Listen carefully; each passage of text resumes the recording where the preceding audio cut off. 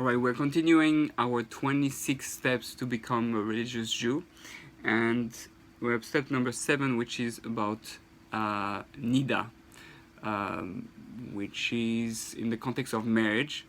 And basically, what Niddah is that every month, when a woman has a wife, has her periods, the husband and wife have to be temporarily separated, and they have certain rules that applies during that time.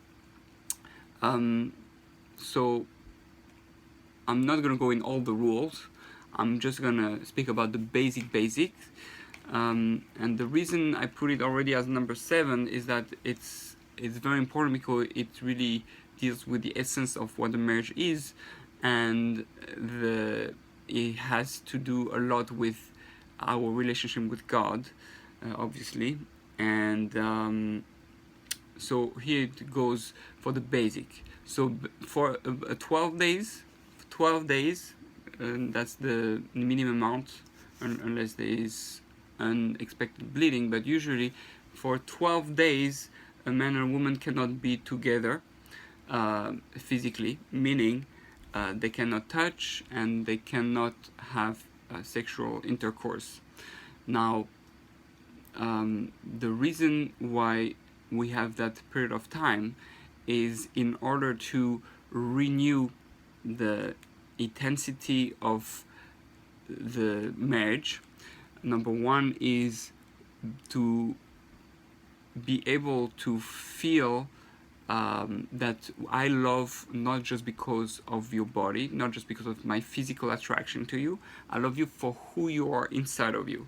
So it pushes both individuals to focus at the greater self, at the spiritual self, at the emotional self, and to really connect to that and show love in a non-physical way.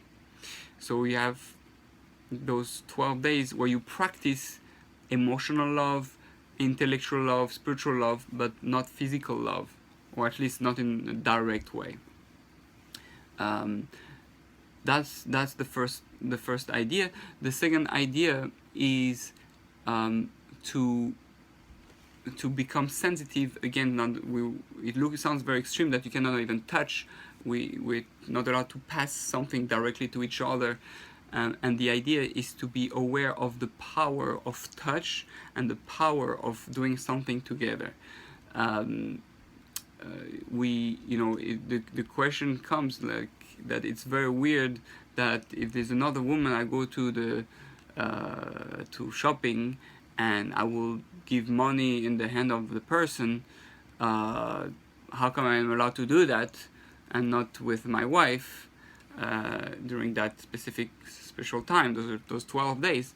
And the answer, because it's not about trying to seduce her, I think it's understanding that when I pass something to my spouse, it should be different than I pass it to any other woman. That's why, especially with my spouse, I cannot do it.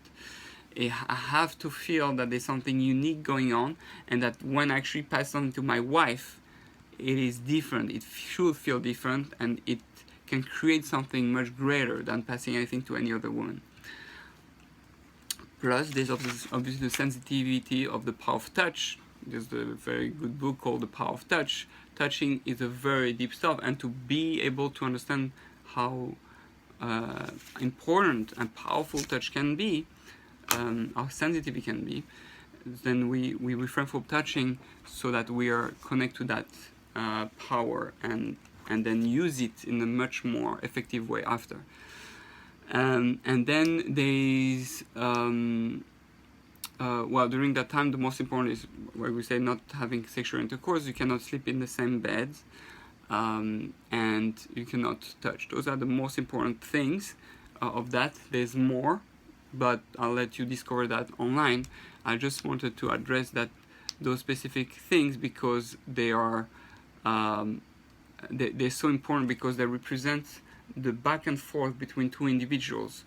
And again, people make a mistake to think it has to do with the blood, that she's impure, all that. It has nothing to do with that. I mean, it has a little bit to do with that, but it's much more spiritual and much more deeper and beautiful than the way people usually describe it.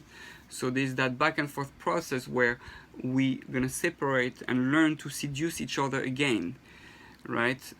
And also sometimes couples tell me, oh, it's so hard, we can touch each other, we can be in the same bed, we cannot, like, it's crazy, it's so hard. And I say, thank God it's hard. If it's hard, it shows that you really love each other. If it was not hard, I'll be a bit worried. So there's a good part. It's really to refresh a marriage and make it something intense. One of the other mistakes people make, and that's all across the world, people have a tendency just to want love.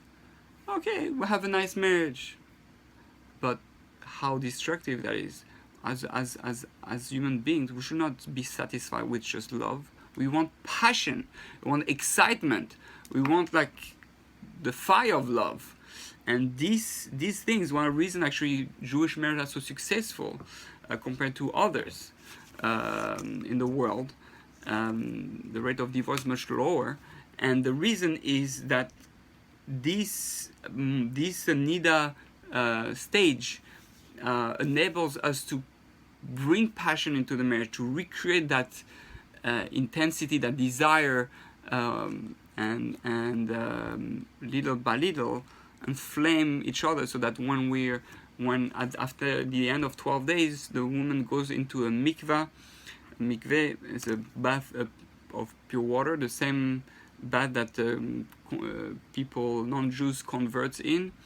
And it's a rebirth process, and where she's going out and she's a new person, and she's like, I'm a new person and I'm gonna be greater, I'm gonna have greater love and greater passion, and it's a rebirth really to come to a marriage that is even more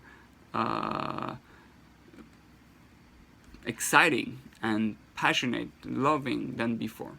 So that's a little bit the idea of Niddah, and marriage is a very, very important concept, and I hope you be able to practice it and understand all the beauty behind it. You're rarely gonna find the right explanation. If you have more questions about it, you can text me or email me. But those are the inner bit secrets of and details about a woman and a man during the time of Niddah.